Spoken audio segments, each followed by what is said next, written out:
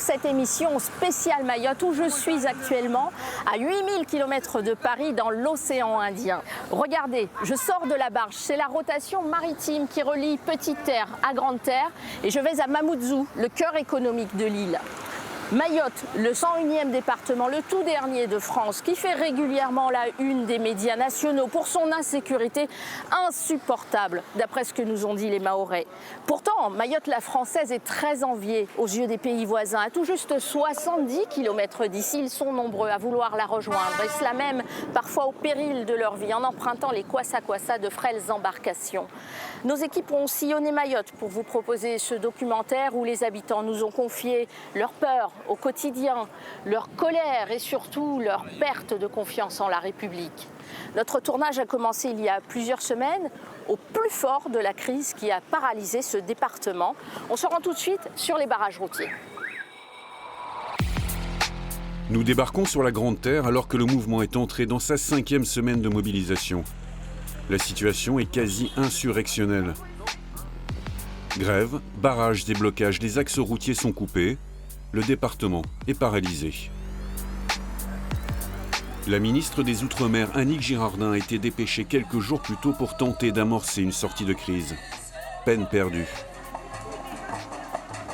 Même les élus locaux comme Mansour Kamardine, député Les Républicains, semblent perdre pied, dépassés par ce mouvement aussi persistant qu'ingérable. Madame Sourongoza, ça va? Cela fait pourtant longtemps qu'il tire la sonnette d'alarme. Le 101e département est en train de sombrer, dit-il. La situation est explosive. On est épuisé, on commence à s'épuiser, mais on lâche pas. On lâche pas. Vous lâchez pas? On lâche pas. On lâche pas. Vous avez un message à faire passer à la métropole? Eh bien, qu'ils viennent habiter ici, qu'ils viennent vivre ici pour subir la violence qu'il y a ici, pour se faire couper les oreilles par une hache ou un coupe-coupe, pour se faire agresser physiquement, verbalement. Et là, je pense qu'ils comprendront enfin.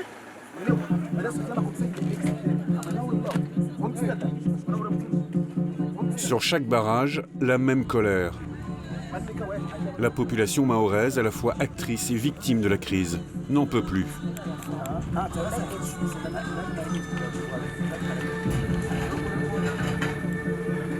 Ça vous surprend cette mobilisation qu'elle tienne autant? Non, ça ne me surprend pas parce que vraiment il y a de la colère. Sur les espaces publics, dans les espaces privés, l'insécurité est partout. Et donc c'est inacceptable alors que nous avons fait le choix de la France, le choix de la République pour être libre.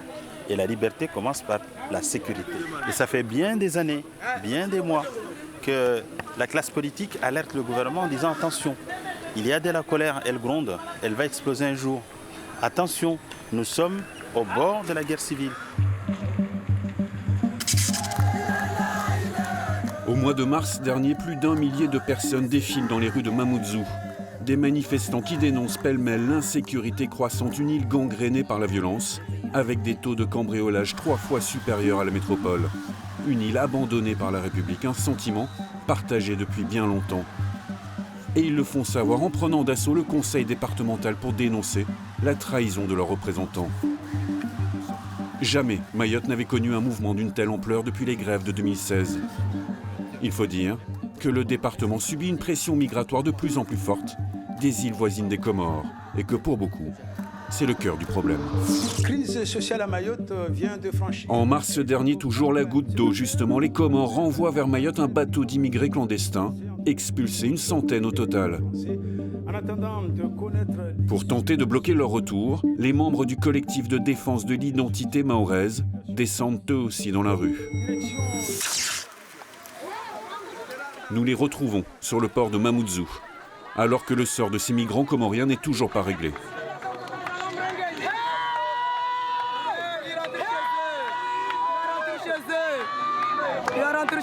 Nous on est marre avec eux.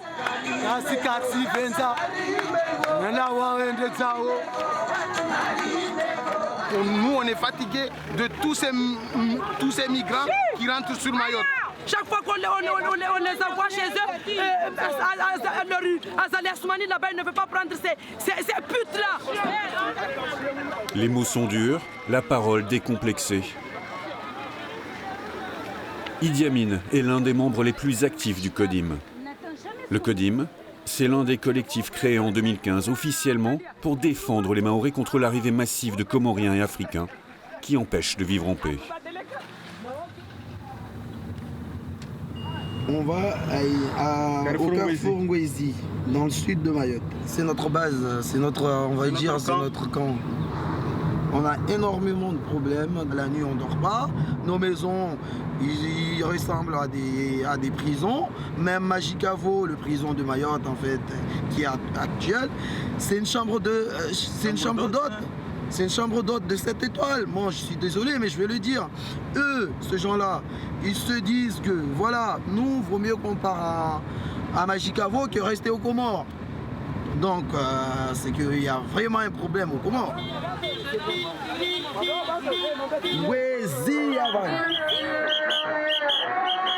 Ils tiennent ce barrage stratégique depuis plusieurs semaines. Et à chaque jour qui passe, la tension monte d'un cran avec ceux qui se voient interdire tout passage.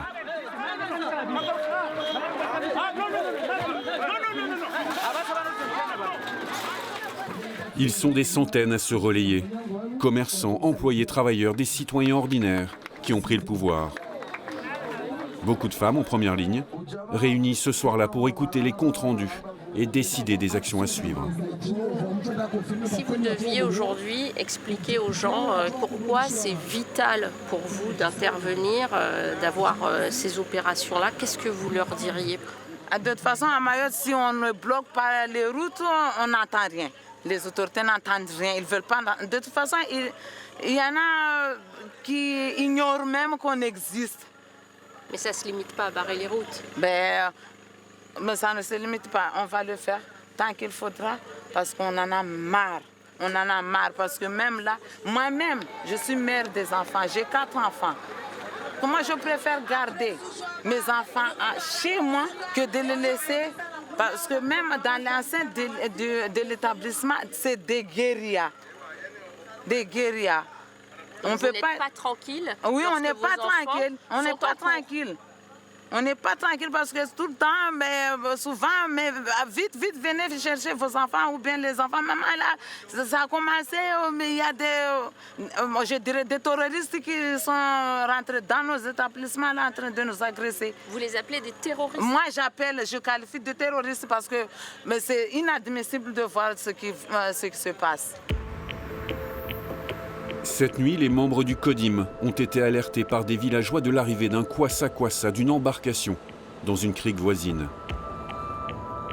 Rapidement, ils se mettent en route pour tenter de mettre la main sur ses occupants. Venez voir. Hey. Oh. Hey. Hey. T'as vu? Qu'est-ce qui se passe ici? C'est eux.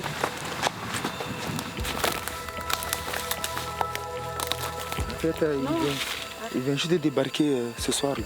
La jeune femme est une Comorienne, elle est originaire d'Anjouan. Vous étiez combien? Ne raconte pas de mensonges. Hein. Dis-nous la vérité là. Qu'est-ce que t'as dans ces sacs là? Ce sont mes dossiers médicaux. Dis-nous combien vous êtes. Dis-nous, sinon tu vas passer un sale quart d'heure. Mais je sais pas. Quand on vous a déposé, vous étiez combien? Je sais pas, je vous dis. Tu veux sauver ta peau ou tu veux protéger tous les autres?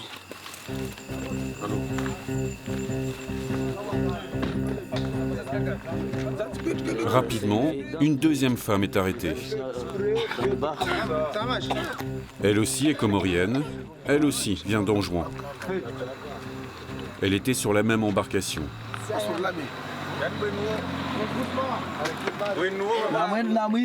Rappelez les passeurs qui vous ont amené ici. Et dites-leur de vous ramener chez vous. Qui se démerdent pour rentrer chez eux, comme ils se sont démerdés pour venir jusqu'ici. Nous à Mayotte, on a un grand cœur, mais là trop c'est trop. Il faut rentrer chez vous là. Mais vous n'avez pas honte? Vous êtes des merdes. Vas-y, mais frappe là. La tension monte, une trentaine d'hommes et de femmes les entourent. Ces milices citoyennes ont refait leur apparition ces dernières semaines à la faveur de la crise. Règlement de compte, intimidation, violence, certaines de leurs opérations peuvent déraper. Alertés, les gendarmes se présentent avant que la situation ne dégénère. Les autres, ils sont déjà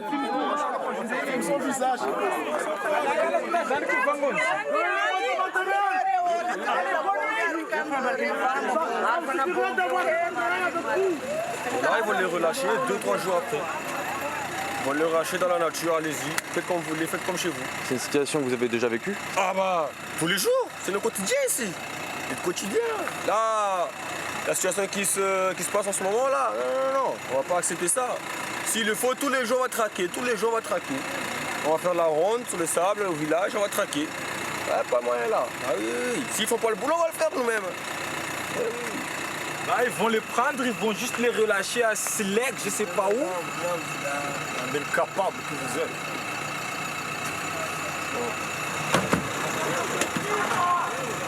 Est-ce que ça vous met en difficulté ce genre de situation? De nuit, des gens en difficulté, et quand on n'est qu'une dizaine avec une centaine de personnes, oui, on est en difficulté. Ça a commencé à dégeler depuis hier, et depuis 2 jours, certaines équipes. On a eu déjà des démarrages de décasage depuis hier. Voilà. Et vous êtes inquiet pour la suite? J'en dirai pas plus. Maintenant, je rentre pour sécuriser mes hommes et gérer les 2 femmes bonnies que j'ai dans le véhicule. Voilà. Bonne soirée, merci. La nuit ne fait que commencer pour les plus déterminés du groupe. Chauffés à blanc, armes à la main, ils se rendent dans le village voisin pour une expédition punitive, un décasage, persuadés d'être dans leur bon droit. C'est la hantise des autorités quand les Mahorais décident de rendre justice eux-mêmes. Écoutez-moi bien, ce que nous allons faire est grave. Il faut que nous soyons conscients des conséquences de notre action. Ici, c'est la route.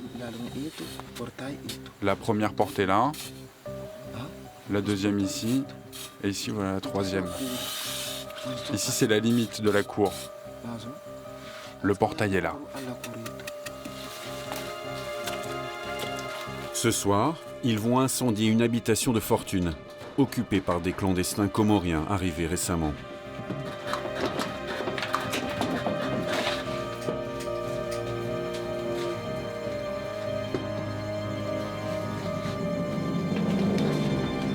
Les lieux ont été désertés. Ils ont pris la fuite.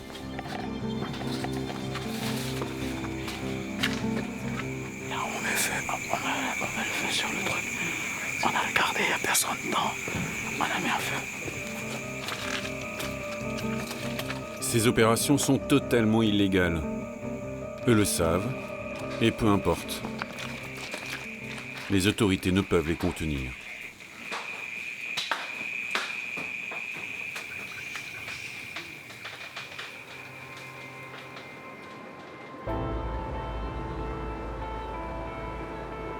L'an dernier, plus de 400 bateaux ont débarqué sur les plages mahoraises. Ce matin, un kwassa-kwassa a été intercepté dans le sud-est de l'île, à M'Tsamoudou, avec 30 migrants à bord. Les villageois se sont donné le mot. Ils les ont encerclés dès leur arrivée pour éviter qu'ils ne s'enfuient. Tu peux t'avancer pour que le monsieur y parte. Là encore, les gendarmes interviennent pour éviter que les habitants s'en prennent à eux. Et elle a pris la petite passe là. Vous voyez la passe à droite là? Et c'est à 300 mètres de la plage que la Kwassa a débarqué la population, donc ils sont 22 là. Et c'est là que la population après, M'Tsamoudou est intervenue pour les attraper. Donc c'est juste à la pointe là-bas. Des hommes, des femmes, des enfants qui naviguent depuis plusieurs jours. Certains viennent des Comores, d'autres de Madagascar. Et depuis peu, de plus en plus d'Afrique.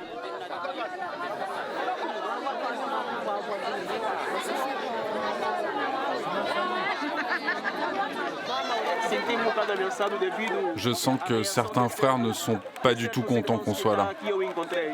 Mais bon, grâce à Dieu, les gendarmes sont arrivés et je me sens en sécurité maintenant. Vous vous appelez comment? Vungo Vitor Juan. Et vous venez d'où? Je viens d'Angola.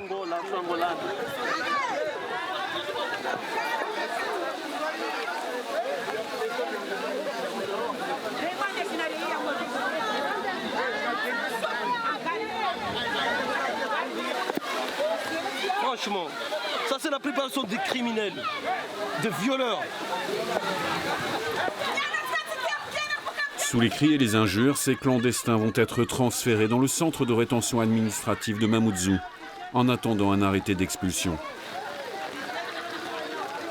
Contrairement aux passeurs, eux ne seront pas poursuivis, ce sont des étrangers en situation irrégulière. Ils ne risquent rien, aux grandes dames des habitants, qui réclament plus de fermeté. Comment ça se fait un petit territoire comme Comores, fait passer ses pouvoirs au-dessus de la France? C'est honteux. La France, soi-disant la 5e puissance mondiale, et le Comores est un grain de sable. Mais arrêtons-nous. Nous, on va se battre jusqu'au bout. On va se battre. On laissera dans tous les territoires de Mayotte, il n'y aura pas de barques qui vont débarquer. On fait nos lois nous-mêmes. Et ce sont même les coupeurs de route. Celui qui n'a pas vécu l'action de coupeur de route, il ne comprendra jamais rien. Qu'il soit flic, qu'il soit journaliste, on est tous ciblés par ces cafards. Les immigrés, bouc émissaire du Nil, au bord de l'implosion. Aujourd'hui, plus de 40% des adultes qui vivent à Mayotte sont de nationalité comorienne. Rapporté à la population de l'Hexagone, il faut imaginer 25 millions d'étrangers. La moitié d'entre eux ne disposeraient d'aucun titre de séjour. Finalement, aux 260 000 habitants officiellement recensés, s'ajouteraient 50 à 60 000 immigrés clandestins.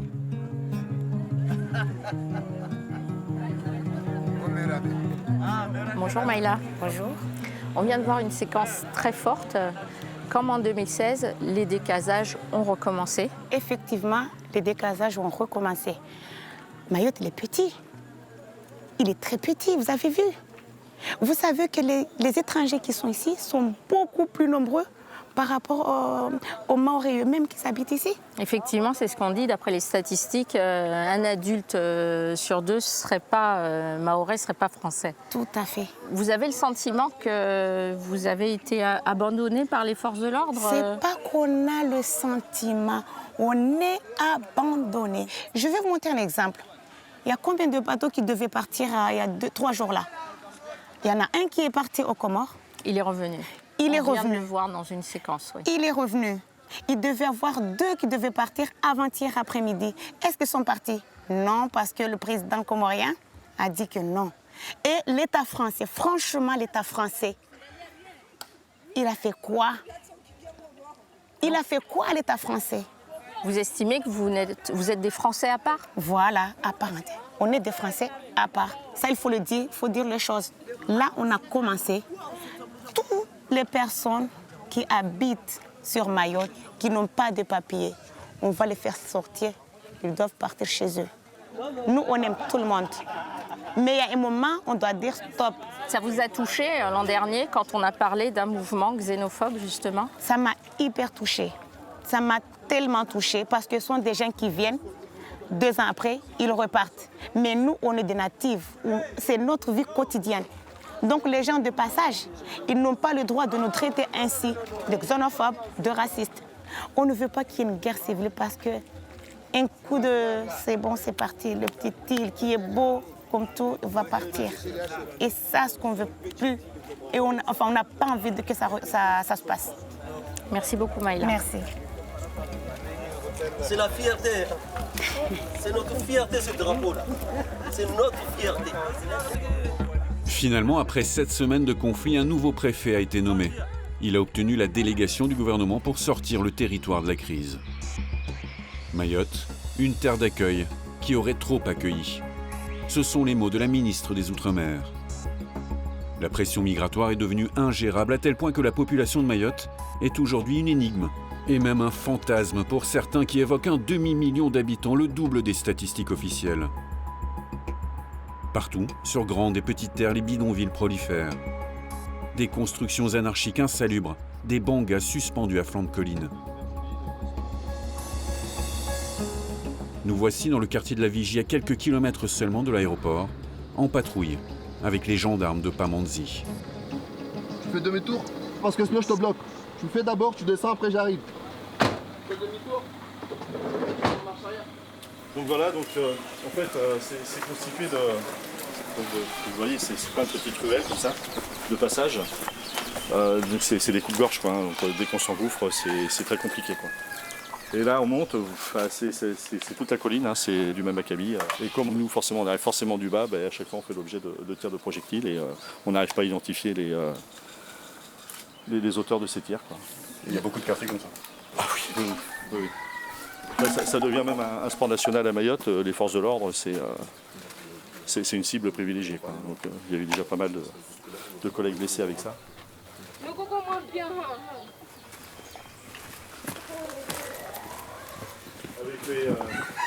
Avec les grosses pluies qu'on a eues ces derniers temps, tous les déchets sont arrivés dans le contrebas et là ça devient un chemin différent.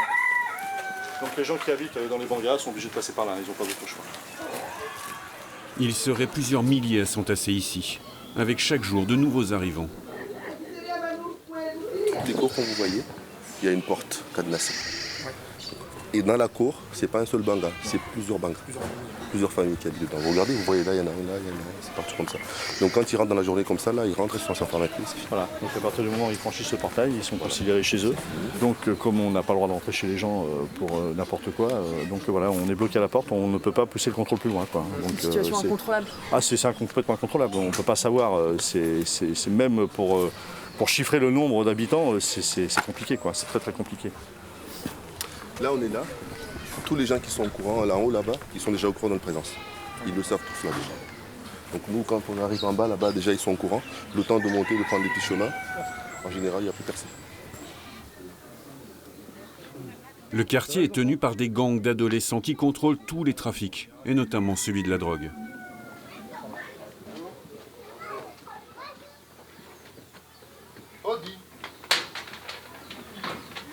On va finir tout la colonne, vous voyez, donc plusieurs bangas, donc plusieurs familles. Donc on peut en compter 1, 2, 3, 4, 5, 6. Et là, je crois que ce sont les sanitaires ou la douche. Donc 6 familles sur un terrain, sachant que chaque famille, si vous voyez à peu près avec les enfants et tout, il faut compter 5-6 personnes minimum. Donc ça fait beaucoup de monde sur une petite surface. Vous avez combien d'enfants, madame? Madame, vous avez combien d'enfants? 2? Bah non, ils sont pas vos enfants? Fatima, Naïma, non? Naïza? C'est qui vos enfants là? Que? Les deux là? Ah. Donc là concrètement vous avez une famille comme ça, en situation irrégulière. Ah ça, je vais pas demander si elle a un titre de séjour. Mais vu comment elle cache son visage, madame, vous comprenez le français? Mais si, vous répondez non. Vous avez un titre de séjour, vous? Oui ou non? Non, oui. Ça fait combien de temps que vous vivez à Mayotte? Et tu as quel âge? Vas-y. 4 ans? Non. T'as 4 ans? T'es grande comme ça? Donc ça fait que vous avez au moins 4 ans à Mayotte, c'est ça? D'accord. Et vous êtes arrivé comment à Mayotte? Par avion? Allez madame, on voit pas votre visage, vous êtes caché avec le châle. Alors, vous êtes arrivé comment à Mayotte? Bon, vous voyez, donc là c'est un cas typique. Donc la mère avec son enfant, donc bien sûr elle est scolarisée. Hein. Le droit à la scolarisation pour tous les enfants, qu'ils soient français ou d'origine étrangère. Et la mère, donc ça fait déjà 5 ans qu'elle est à Mayotte, qui ne fait pas la demande, donc forcément si elle ne fait pas de demande, elle n'aura jamais de titre de séjour. Et donc concrètement, qu'est-ce qu'elle risque? L'expulsion? Aujourd'hui, oui, c'est ça. Si elle, pas ici, parce que moi, en l'occurrence, elle est dans son domicile, mais si elle se fait contrôler un jour par des gendarmes ou des policiers et qu'elle n'est pas en mesure de présenter un titre de séjour valable, elle se fait expulser. Et qu'adviendra-t-il de son enfant? Ah, mais normalement, elle part avec son enfant. Ouais. Ça se passe comme ça, normalement. Ouais. Généralement, des fois, c'est compliqué parce qu'ils disent pas qu'ils ont un enfant. Donc ils sont expulsés, mais l'enfant il reste sur place. C'est d'où les enfants mineurs, le nombre d'enfants mineurs isolés à Mayotte.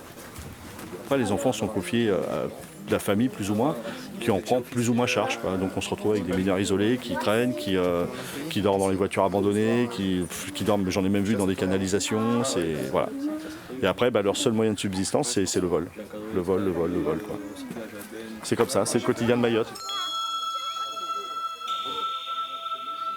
Le quartier, à l'image de l'ensemble du département, cumule tous les records. Le taux de chômage, tout d'abord, qui frôle les 30%, les 50% même, chez les jeunes.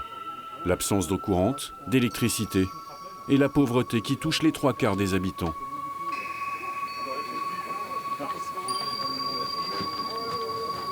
Je ne sais pas si je dois dire on a laissé traîner, on a laissé faire les choses, mais toujours est-il que la population s'est multipliée en 4, en 5, je ne sais pas. Et le problème, c'est qu'en fait, il y a toute cette population, mais à côté, on ne voit rien justement pour accompagner le développement du quartier. On ne voit rien pour accompagner les infrastructures, comme vous le voyez, il n'y a pas de route. Le jeune le disait, il n'y a pas de route, il n'y a rien du tout. Il faudrait peut-être à un moment ou à un autre qu'on commence à prendre conscience de la situation de ces jeunes-là, de la situation de l'habitat, de la situation de Mayotte tout court, là, pour essayer d'améliorer la situation et surtout d'améliorer l'avenir des jeunes. Qu'est-ce que vous voulez faire plus tard, les enfants? Moi, je vais faire la gendarmerie. Tu vas aller à la gendarmerie? Oui. Moi, je veux parler. Toi aussi? Oui. Moi, je veux être éleveur. Éleveur de chèvres. De chèvres.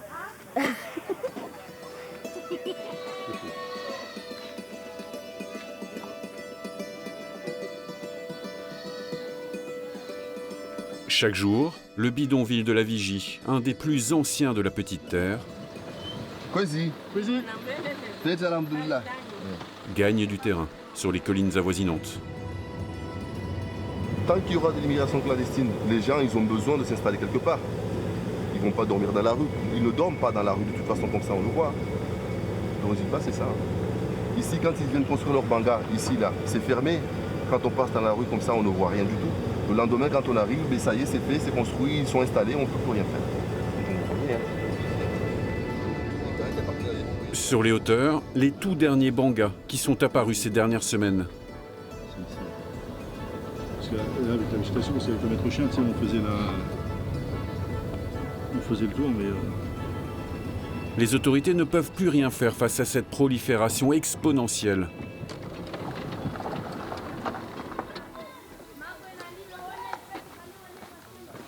Certaines constructions surgissent en une nuit seulement.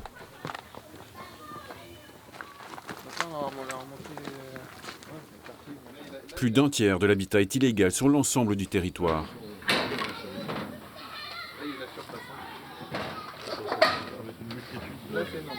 Donc, imaginez, voilà, vous rentrez dans des zones de chemin. Vous arrivez dans les cours avec les bangas et tout ça. C'est un vrai petit quartier, quoi. C'est ça, c'est un quartier caché par une palissade. Et là on descend, c'est encore des...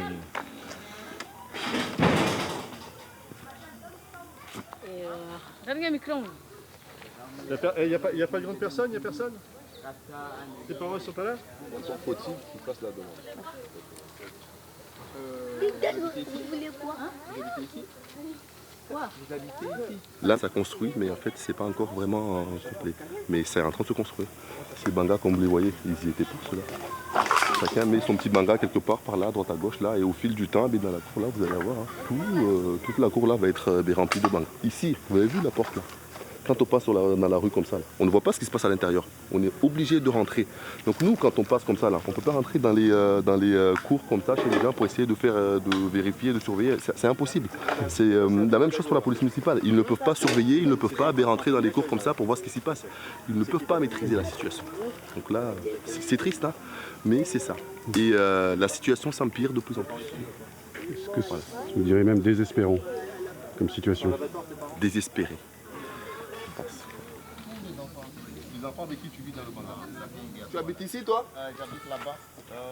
Mais viens, n'aie pas peur. Viens. Tu habites de l'autre côté de la route? Tu as construit un banga là-bas? Ah ouais. Ça fait combien de temps que tu habites là-bas? Ça fait 6 mois peut-être. 6 mois? Ouais. Donc là maintenant tu habites ici? Tu as construit un banga? Ah ouais, moi déjà construire ici. Ah mais là où tu as construit, c'est ton terrain ou c'est qui? Non, ça c'est pas mon terrain, juste ça c'est le voisin qui l'a donné ici. Ah, le voisin t'a donné un terrain pour pouvoir construire, t'installer. Ok. Voilà. Et tu es seul ou pas? Avec la famille ici, c'est ma femme et les enfants. Et ça fait combien de temps que tu es à Mayotte toi? Ah, ça fait longtemps, ça fait en 98. Moi j'habite, j'ai passé ici, j'ai passé un petit là, avec la maman ici. J'ai débarqué un bateau à Madagascar. Pour vous êtes passé par Madagascar? Oui, moi j'ai né ici à Madagascar avec toute la famille. Un phénomène qui prend de l'ampleur. Autour de nous, dans la cour, des groupes d'enfants qui ne sont pas recensés par l'administration. Le problème, il est là, ils ne sont pas français. C'est pour ça qu'on dit qu'ils ne sont ni expulsables, ni régularisables. Parce que c'est des jeunes qui sont nés, qui peuvent être nés aux Comores, qui viennent avec les parents en situation irrégulière. À partir du moment où les enfants sont scolarisés, les parents fournissent des bulletins de scolarité, les parents arrivent à avoir un titre de séjour, mais si les démarches ne sont pas faites pour les enfants, à arriver à leur majorité, quand on les contrôle, ils nous montrent qu'ils résident en France, enfin sur Mayotte depuis 5, 6, 7, 8 ans, qu'ils ont suivi une scolarité, donc on ne peut pas les expulser, mais ils n'ont aucun papier pour être régularisables. Voilà.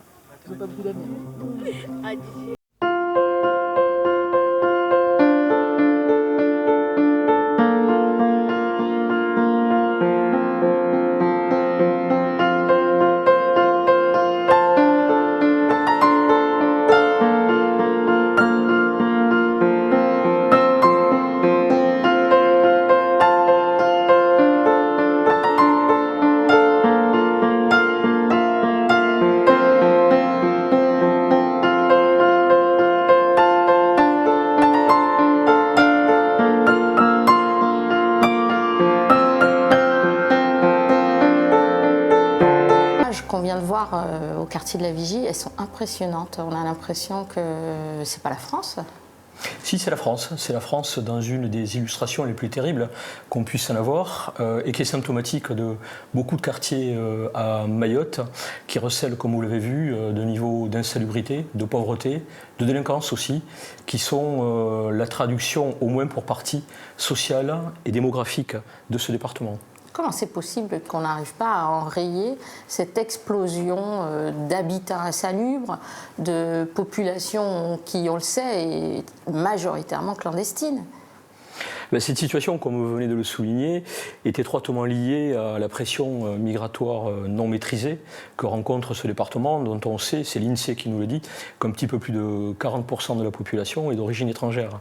Et effectivement, en situation administrative irrégulière, on peut difficilement imaginer qu'elle puisse s'inscrire dans le tissu social comme les ressortissants français, avec toutes les incidences que vous venez d'évoquer, et en particulier en matière d'insalubrité, c'est ce que je crois le plus effrayant. 2 escadrons supplémentaires sont arrivés. Ça ne suffira pas, on n'y arrive pas à encadrer ce département. Alors, on peut multiplier à l'infini la présence des policiers, des gendarmes, des policiers de l'air et des frontières dans un département comme celui de Mayotte, qu'on n'en aurait pas la solution. Je crois que la lutte contre la délinquance, contre cette pression migratoire, ne relève pas d'une fatalité. Elle relève de la mise en œuvre de mesures qui ont été annoncées par la ministre des Outre-mer, qui s'inscrivent évidemment sur la durée. On n'apportera pas du jour au lendemain une réponse aux problèmes très anciens que rencontre ce département, mais on ne pourra pas non plus insuffler en permanence des effectifs supplémentaires. Il y a aussi un effort à faire dans le développement de la coproduction de sécurité. Je parle notamment en direction des associations, des élus qui doivent multiplier, diversifier leur engagement à nos côtés, comme on le fait dans tous les autres territoires ultramarins, ainsi qu'en métropole. La jeunesse du département est certainement son avenir. Elle est aussi actuellement son pire fléau en termes de délinquance juvénile. Et ce phénomène, nous en constatons l'accroissement tous les ans, qui mérite maintenant véritablement une réponse de toutes les administrations, autant que des élus du département. De 74 gendarmes mobiles. L'île est-elle en train de sombrer sous le poids de ces migrants et d'une explosion démographique incontrôlable ? Mayotte est aujourd'hui le département le plus pauvre de France, mais fait figure d'Eldorado pour son voisin comorien. Et la crise actuelle n'a fait que raviver les tensions entre les deux pays, distants de quelques dizaines de kilomètres à peine. Pour comprendre, il faut revenir en arrière, en 1974 très exactement. Mayotte est l'une des 4 îles de l'archipel des Comores, mais par référendum, elle demande à rester française contrairement au reste de l'archipel, qui accède à l'indépendance. La République des Comores s'estime spoliée, les Nations Unies demandent à la France de rendre l'île, en vain. Résultat, Mayotte devient le petit paradis français de la région et attire des milliers de clandestins. L'Eldorado s'est transformé en cauchemar pour ses habitants. Comme aujourd'hui sur les barrages, Les femmes ont été en première ligne. Elles ont joué un rôle important dans le combat pour le maintien de Mayotte dans la République. C'était dans les années 70. On les appelait les chatouilleuses.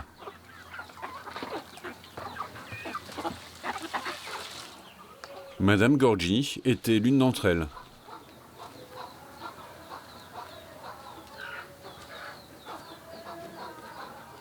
Ça, c'est le premier rassemblement,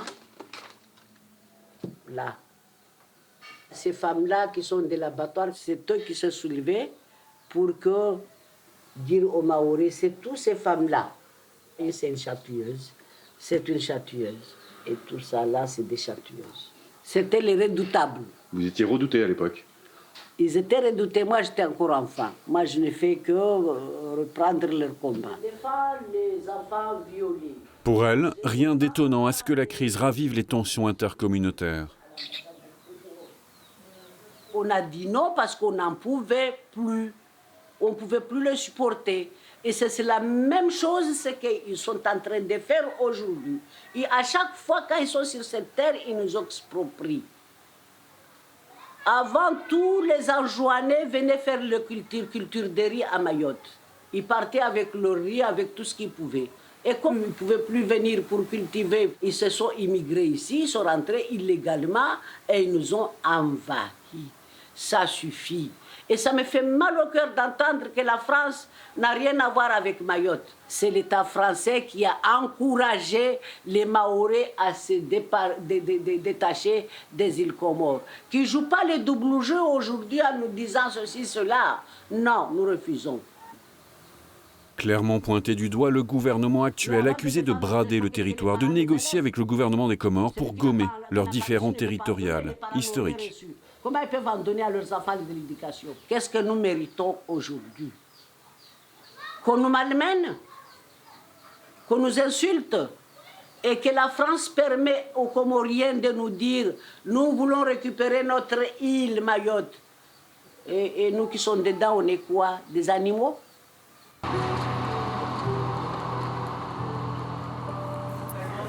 Je me rends maintenant à la maternité de Mamoudzou. C'est la plus grande de France. Ici, chaque année, plus de 9000 bébés viennent au monde. Et la nuit dernière, on a encore frôlé un record de naissance. 22. Le record presque battu. 22 bébés nés dans la nuit.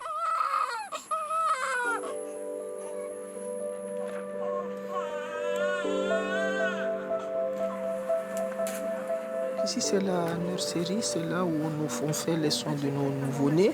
Chaque jour, le bébé bien portant, les suivis, la pesée, la température, tous les paramètres faits par les AP, les AS. Il y a beaucoup de jeunes femmes qui deviennent mamans et vous les accompagnez dans cette étape de leur vie. Oui, grâce aux AP qui interprètent, parce que j'ai beaucoup de sages-femmes qui ne parlent pas aussi la langue. Donc à chaque fois, il me faut des interprètes. Et les papas, ils sont présents 50%, je veux dire. On fait combien de soins bébés tous les jours? On arrive dans les trentaines. Là, même qu'avant, c'est plus. Mais en ce moment, on est dans les 40. Tout à l'heure, vous m'avez dit quelque chose qui m'intrigue. Vous m'avez dit on n'est pas encore au pic. Oui, c'est-à-dire la suractivité. Qu'est-ce que c'est la suractivité? Alors là, c'est pas la période, c'est des patientes partout. La nurserie a 50 bébés quand on est dans les suractivités, 70 bébés. Vous pouvez la prévoir, cette période de suractivité? On les prévoit, on commence à être là, mars, avril, mai. Comment ça s'explique? Ça, avant, on disait l'effet ramadan, l'effet mariage, mais maintenant, je n'ai plus d'explication parce que c'est presque toute l'année. C'est mars, avril, mai, juin. Presque toute l'année.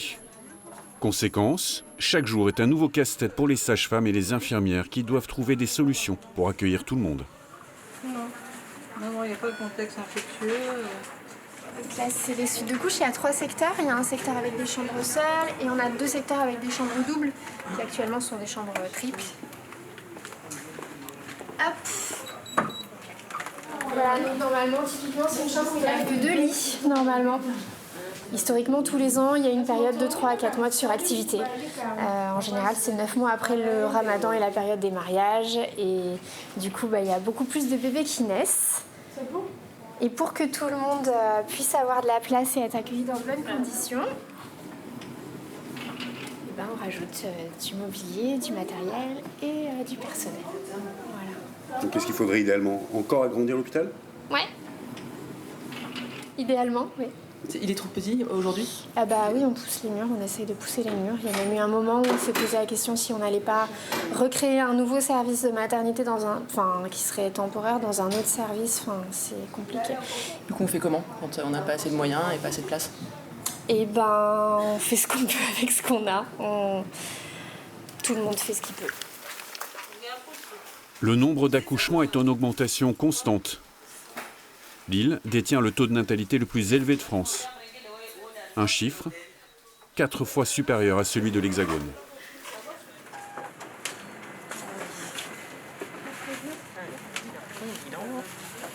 Ici, c'est pas rare que les mamans aient 5 enfants, 6 enfants, 7 enfants.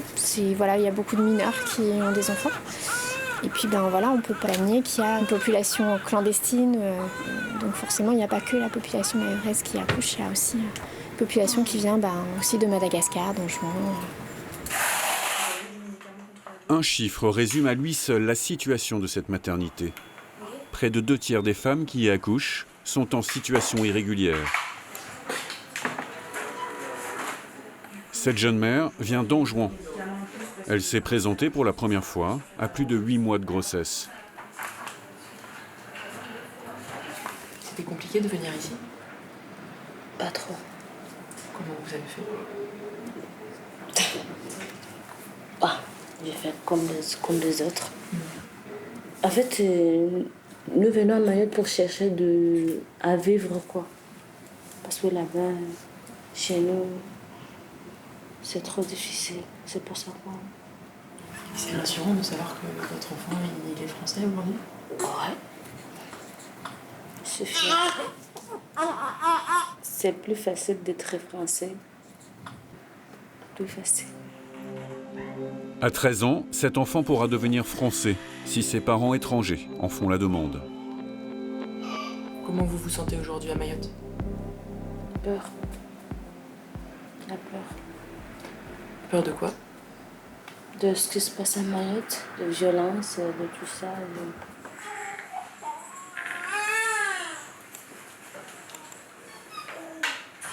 Le fait qu'il y a un flux quand même assez important de dames qui viennent accoucher ici, est-ce que vous devez les pousser un peu dehors pour laisser un peu de place? Oui.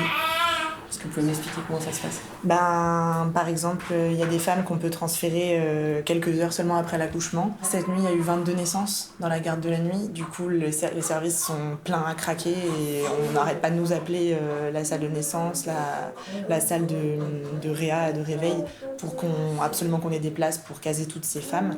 Du coup, on est obligé d'en faire sortir, peut-être parfois un petit peu plus précocement que prévu, et de transférer vers les dispensaires, les maternités périphériques à tout prix. Donc c'est vrai que c'est compliqué d'être dans la position entre guillemets de la personne méchante qui est obligée de les mettre dehors alors qu'on n'a pas... On aimerait bien leur pouvoir faire comme elles préféreraient, pour s'accommoder un peu, mais on n'a pas le choix. Face à ces cadences et aux surcharges de travail, la maternité a de plus en plus de mal à séduire des candidats et à recruter. La dame, elle est montée au bloc. L'autre n'avait pas de mèche. Ah, d'accord. Pour le docteur Abdou, gynécologue ici depuis plus de 20 ans, ce manque de personnel, c'est le nœud du problème. On sait qu'il y a des femmes qui viennent des Comores, on sait qu'il y a des femmes qui viennent de Madagascar, on sait qu'il y a des femmes qui viennent même d'Afrique. Donc notre plateau technique attire beaucoup de monde. Trop de monde? Trop de monde, bien sûr. Trop de monde ou beaucoup de monde, je ne sais pas si c'est beaucoup de monde, je peux dire beaucoup de monde. Et on arrive quand même à faire face. Jusqu'à maintenant, les médecins assument. Mais jusqu'à quand? Jusqu'à quand? Ça, je peux pas l'assurer et je ne sais pas combien de temps on pourrait tenir. On a l'impression que c'est vrai, on tient le coup, mais nous ne sommes que des humains aussi. Les sages-femmes restent 6 mois, 1 an. Par contre, les médecins, il n'y en a pas.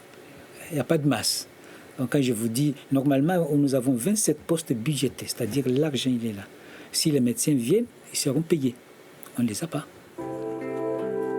À court terme, selon certains représentants du personnel, il faudrait au moins pouvoir doubler les salles de naissance pour faire face à la suractivité.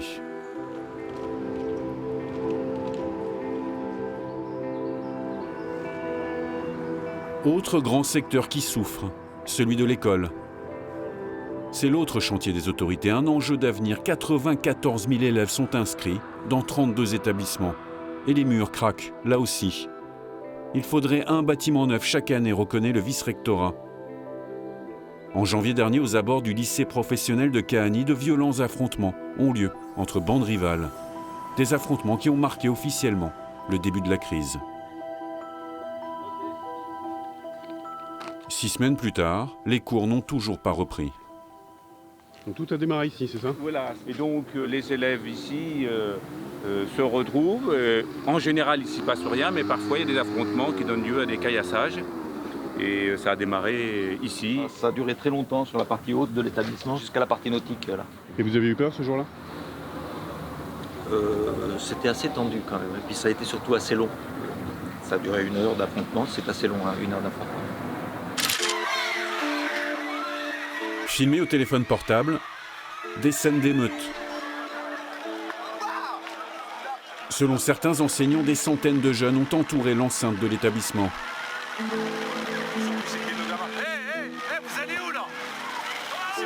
Et ils s'en sont pris à des élèves réunis dans la cour. Certains étaient armés de barres de fer.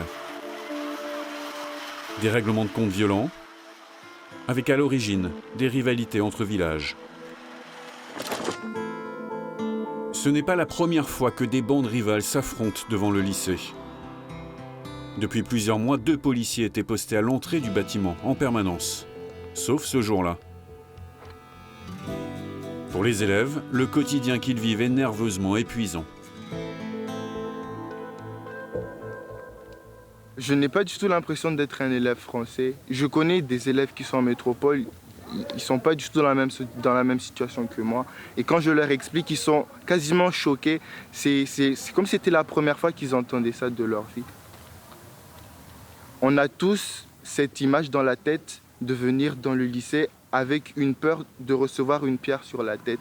On veut se lever le matin en prenant le bus, être en sécurité, se sentir protégé. Du coup, c'est ça vraiment notre priorité. C'est ça, on veut se sentir protégé. Le bac approche. Lui, comme la majorité des élèves, ont longtemps cru à une année blanche. Les professeurs, quant à eux, ont fait valoir leur droit de retrait. Pour eux, leur sécurité comme celle des élèves n'était pas assurée. Mais c'est loin d'être le seul problème.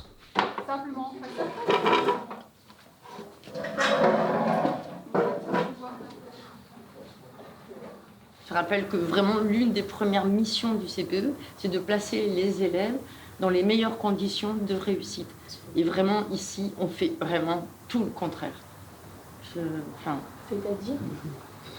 C'est-à-dire qu'on est en train de parler du manque d'effectifs et on constate finalement que malgré les mouvements, malgré l'émotion, etc., on va se retrouver avec encore moins de personnel puisqu'on n'a obtenu aucun moyen supplémentaire. C'est le problème plus général de Mayotte. Si vous allez dans d'autres établissements, vous allez voir qu'on atteint les records de France d'effectifs par établissement. Imaginez qu'en 1994, il y avait à peu près 33 000 élèves dans le système éducatif mahorais. En 2015, il y en avait 91 000. Dans cet établissement, simplement, il y en avait 830, je crois, en 2010. Et il y en a 1603 à la rentrée 2017. Et avec un taux d'encadrement et grosso modo avec des locaux qui sont à peu près identiques. Donc vous voyez bien les contradictions qu'on est obligé de gérer. Voilà la difficulté en fait. Au-delà de la colère, il y a des faits. Ce matin, je ruminais ça, je me disais... Mais vraiment... Il manquerait 1000 enseignants aujourd'hui à Mayotte. Et comme dans le secteur hospitalier, là aussi, les candidats manquent à l'appel. Alors, les autorités se tournent vers les vacataires. C'est assez étonnant. C'est quand même cette image-là qui est donnée. Et puis, il y a la question cruciale des élèves étrangers que le lycée se doit d'accueillir. Au bout d'un moment, les parents de machin et les parents de trucs. Il y a grosso modo 30% des élèves qui sont étrangers en terminale. Voilà. Et dans ces 30%, vous avez 2 tiers qui sont dans une situation pas stabilisée. Ceux-là s'inquiètent de la poursuite d'études. C'est-à-dire que je vois ces élèves-là venir me voir, et avec cette question, d'ailleurs en général c'est la question qu'ils posent, qu'est-ce que vous pouvez faire pour moi? Oui. Voilà. Parce que ces enfants ne sont pas nés ici, ils ne peuvent pas prétendre au droit du sol, ils sont arrivés, ils sont nés de parents étrangers, ils sont arrivés sur le territoire. Oui, mais ils sont scolarisés quand même. Ouais. Ils sont là et ils font des études quelquefois brillamment. Hein. C'est pas, on ne voit pas. Ça doit vous toucher, on ne voit pas la réussite scolaire à l'aune du fait qu'ils sont français ou pas français. Absolument pas. Ça c'est pas perceptible. Et donc quand ils franchissent le pas de la porte, ici c'est un refuge. Comment ils envisagent le lycée? Je pense que oui, le lycée est perçu par l'ensemble des élèves et en particulier par les élèves étrangers comme une zone de chance. Oui, c'est perçu comme une zone de chance. Et ils s'en saisissent d'ailleurs. Majoritairement, ils s'en saisissent. Ah, on savait que ce serait compliqué. Hein. Vous savez qu'ici, on a un recrutement qui est particulier sur les personnels de direction. C'est-à-dire qu'il y a un deuxième recrutement pour arriver ici. C'est pas la mutation nationale pour arriver à Mayotte. On est reçu et vu, chacun individuellement, par un membre du vice-rectorat. Enfin, pour jauger de notre capacité à endurer le truc, je pense. C'est au collège que la situation est la plus préoccupante. Là, certains élèves ne savent ni lire ni écrire. En 5e, 4e et parfois même en 3e. D'ailleurs, Mayotte a le taux d'illettrisme le plus élevé de France et du coup un taux de réussite au bac inférieur à 50%. Beaucoup d'élèves ne peuvent pas se faire aider par leurs parents. C'est le constat dressé par le principal adjoint du collège de Kaweni, Jacques Courty. Son collège est situé dans un quartier difficile à la sortie de Mamoudzou. Il y a quasiment 2 fois plus d'élèves que de places, dont plus de la moitié, issus de l'immigration. Alors comment faire? Si l'on veut qu'un élève réussisse, dit-il, il faut aider en parallèle son père et sa mère, ou du moins ceux qui l'élèvent. Ils ne sont pas très agressifs, hein. Ils sont rigolos, ils aiment bien jouer, c'est des adolescents, quoi. Donc, le tout, c'est qu'il faut y être, il faut répéter, il faut... Et surtout que, bon, vous ne facilitez pas trop la tâche, parce qu'ils adorent ça. Hein. Allez, je me demandais pourquoi ils n'arrivaient pas à maîtriser. Un enfant qui est au collège parle 3 minutes français dans la semaine. 3 minutes. Chez lui, il ne parle pas français. D'un cours de récréation, il ne parle pas français. On impose que tous les échanges se font en français pour améliorer le vocabulaire, maîtriser la langue.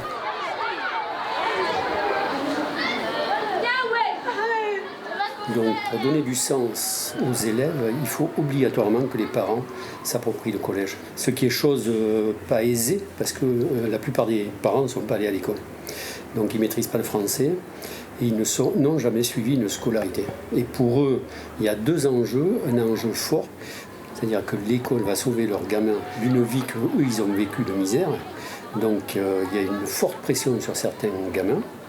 Et l'autre pression, c'est comme on est un quartier défavorisé et à forte dominante de sans-papiers, c'est par l'intermédiaire de l'école, essayer de donner les papiers aux élèves. Le grand-père adore les desserts au café et la grand-mère aime les gâteaux. Résultat, depuis 4 ans, sur les bancs de son établissement, une initiative originale a vu le jour. 2 fois par semaine, des parents d'élèves viennent suivre des cours de français. Déjà, c'est barré. Et qu'est-ce qu'il y a à l'intérieur? Dans ce groupe, tous sont originaires des Comores. Pour la journée, à la rentrée... Ils sont venus avec leurs enfants aujourd'hui scolarisés, ont tous des titres de séjour et comptent faire leur vie à Mayotte. Vous êtes invité à dîner dans une famille française. Vous apportez des desserts. Lisez la composition de ces gâteaux et inscrivez les numéros du gâteau. J'allais à la campagne pour... Je vais à la campagne pour chercher Davla. Je connais pas mal de leurs enfants ici. Il y en a que j'ai même en classe. Donc c'est plutôt bénéfique pour moi parce qu'il y a des parents qui ont des enfants en fait, qui sont vraiment en grande difficulté. Parce que c'est sûr que si on a des enfants qui ne lisent pas ou qui ne parle pas la langue, avec un parent qui ne lit pas, qui ne parle pas, c'est un peu plus compliqué. Donc le suivi à la maison. Là ça va. Le panneau C. Appareil photo autorisé. L'appareil photo autorisé. C'est les panneaux C. Les panneaux C. Les panneaux C, ça c'est. Regarde. Le panneau C là. Oui, je sais pas. Ça, les panneaux. C'est mon mari. Où est-elle? Où est-il? Ahmed, viens ici. C'est mon mari qui m'a donné le courage de parler. Mon mari m'a obligé de faire la lecture pour que je puisse parler en français. Si j'irai à l'hôpital, si j'irai dans un bureau, je dois prendre les responsabilités de parler moi-même. C'est grâce à mon mari que j'ai réussi à parler le français actuellement. Pourquoi c'était important pour vous? C'était important parce que nous devons s'intégrer à la société française. La société française, on doit parler le français quotidiennement. Tous les jours, on doit parler le français. Si on n'arrive pas à parler le français, qu'est-ce qu'on fait ici à Mayotte? Une trentaine de familles se sont d'ores et déjà inscrites dans ces cours. Un pari sur l'intégration. Un pari nécessaire quand on sait que la moitié de la population du département a moins de 20 ans. C'est cette jeunesse qui détient aujourd'hui les clés d'un lendemain meilleur. Et comme toujours à Mayotte, ce sont peut-être les femmes qui joueront le premier rôle.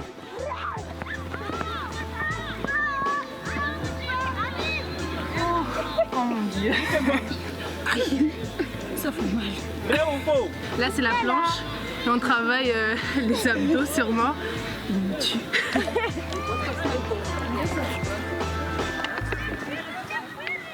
C'est pas facile d'être une jeune femme à Mayotte et de faire du foot, c'est un combat aussi. C'est un combat tous les jours parce que quand on sort de la maison, on se prend des réflexions par nos parents, genre qu'est-ce que vous allez faire là-bas, c'est un jeu de garçon, tout ça. Mais plus on vient et plus ils ont confiance à ce qu'on fait. Et puis quand on gagne et qu'on rentre à la maison toute joyeuse et tout, ils se disent ah mais oui, peut-être que ça en vaut la peine de les laisser venir. Donc moi je suis fière qu'elles puissent se battre à la maison pour pouvoir venir ici et ensemble on a réussi un premier challenge, c'est de monter en DH.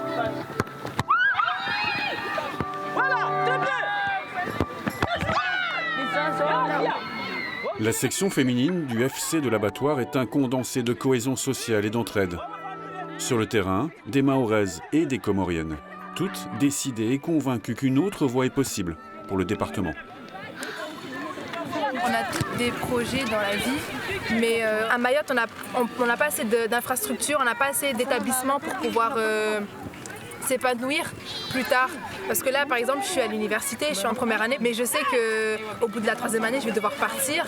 Donc, bien sûr qu'à un moment donné, on va prendre notre envol, on va partir.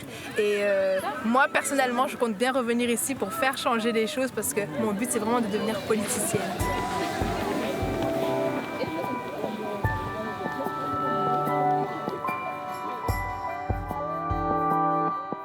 Partir à La Réunion, dans l'Hexagone ou ailleurs. C'est le choix fait par la majorité des jeunes Mahorais au moment de poursuivre leurs études. Bettina, elle, a décidé de revenir à Mayotte quoi qu'il advienne. Pour l'instant, elle est en première année de droit à la faculté de Dembéni. Une année fortement perturbée par les grèves, mais sa détermination est intacte. Ses études, ses compétences, elle les mettra au service de son île natale.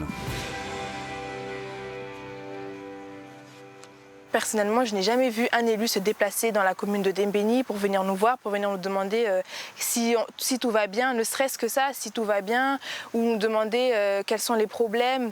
En tant qu'étudiante, je trouve ça vraiment dommage que les élus en fait, ne se soucient pas trop de nous. Il a fallu qu'on fasse une grève contre l'insécurité pour que tous les maires de toutes les communes prennent conscience de la violence qu'il y a dans les établissements. C'est pas normal, ça franchement c'est pas normal. Donc j'espère que pour les années à venir et pour les personnes qui ont été élues cette année, j'espère qu'ils vont changer, j'espère qu'ils seront un peu plus à l'écoute de la population et qui viendront sur le terrain parce que c'est là ils auront assez de bagages pour pouvoir nous défendre à l'extérieur, devant les parlementaires et devant Emmanuel Macron.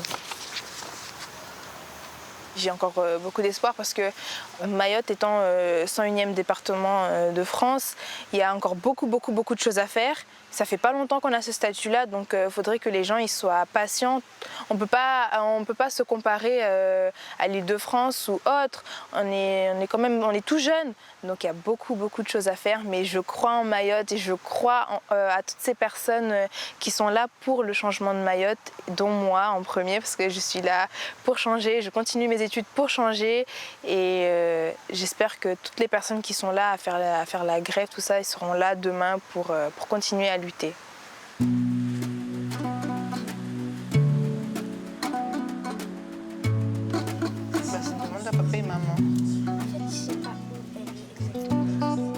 D'autres aussi croient en l'avenir de Mayotte. Une autre jeunesse, celle des Comores. Beaucoup ont quitté leurs parents, restés dans l'archipel. Eux ont tous risqué leur vie pour venir. Ils ont fait du département une terre d'accueil et comptent bien s'y investir. Plusieurs associations tentent aujourd'hui de les scolariser et de les intégrer.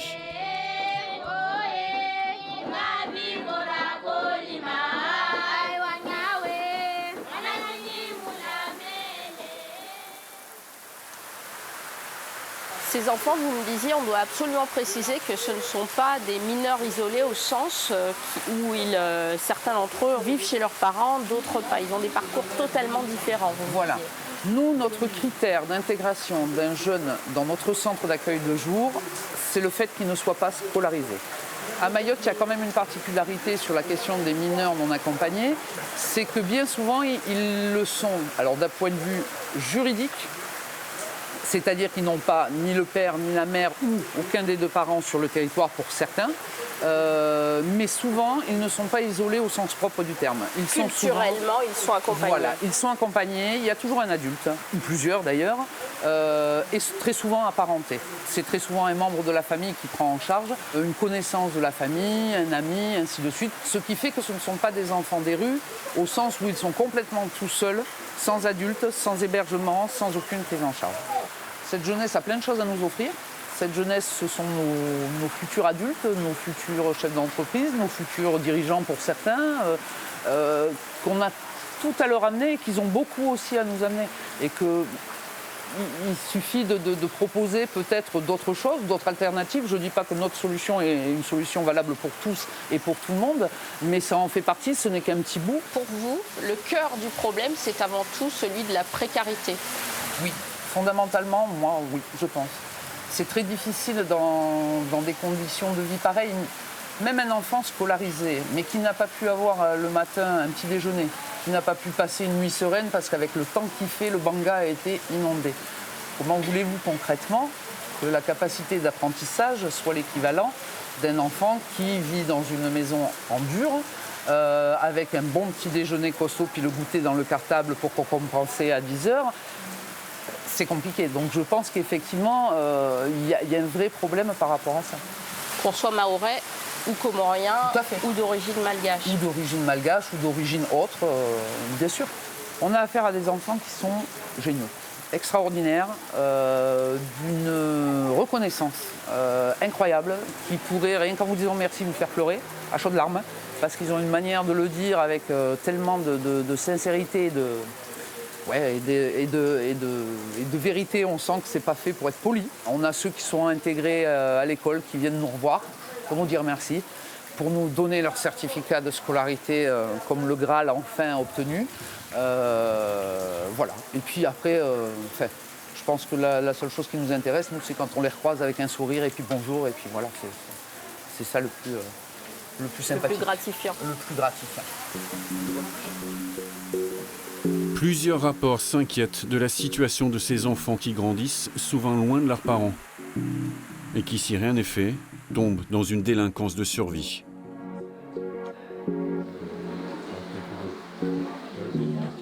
L'école est leur seule chance.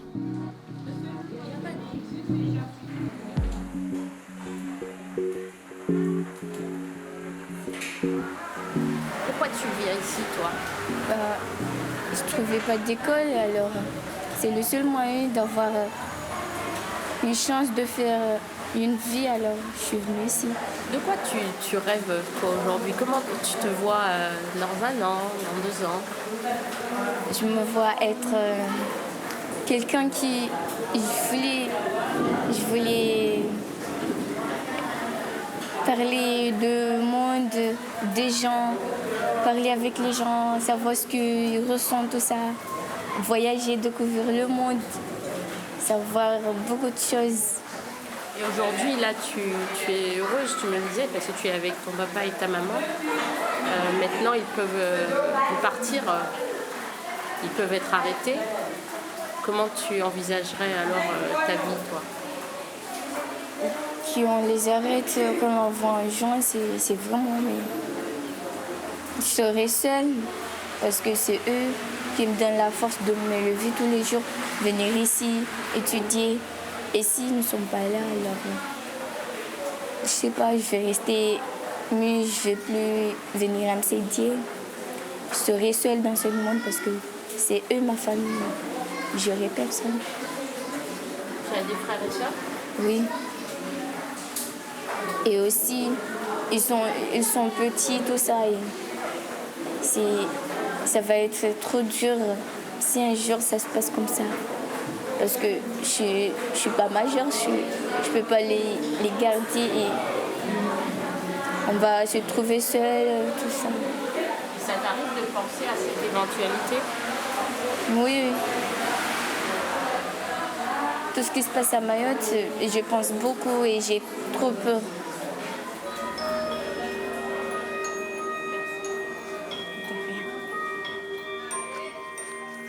Il y aurait aujourd'hui sur Mayotte entre 4 et 8 000 mineurs non scolarisés.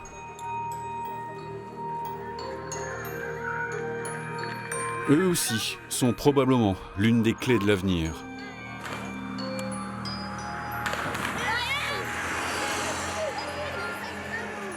Une chance même pour le département, tout comme la nature exceptionnelle du territoire.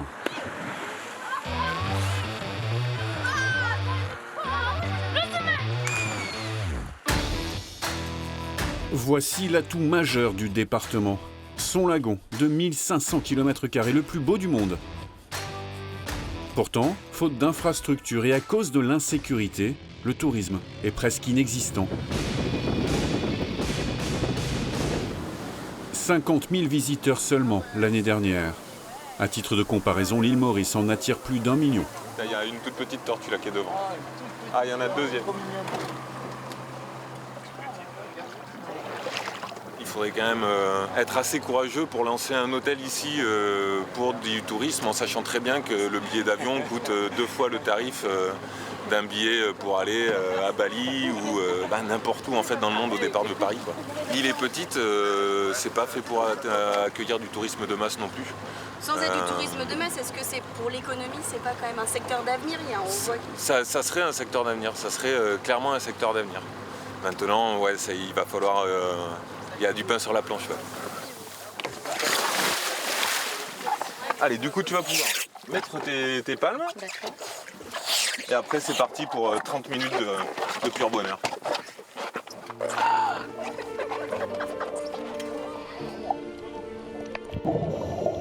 La plongée reste l'activité numéro 1.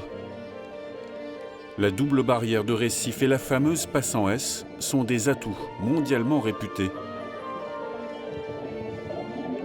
Les professionnels du secteur misent sur 150 000 touristes d'ici 2025.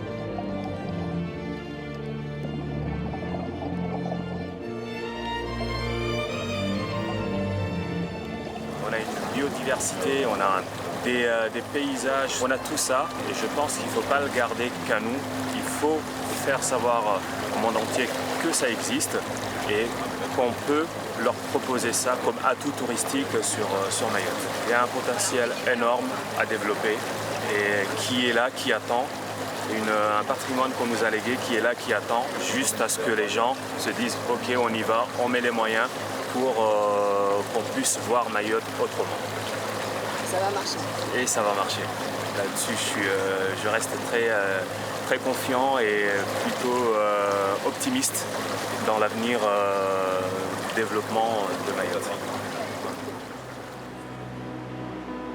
Les deux compères viennent de s'associer pour proposer une activité unique. Une découverte du lagon par les airs. Confirmation. We have total 70 on board. 65.05. La tête dans les nuages, avant le grand saut, pour admirer ce que ce petit bout de France a de plus beau à offrir.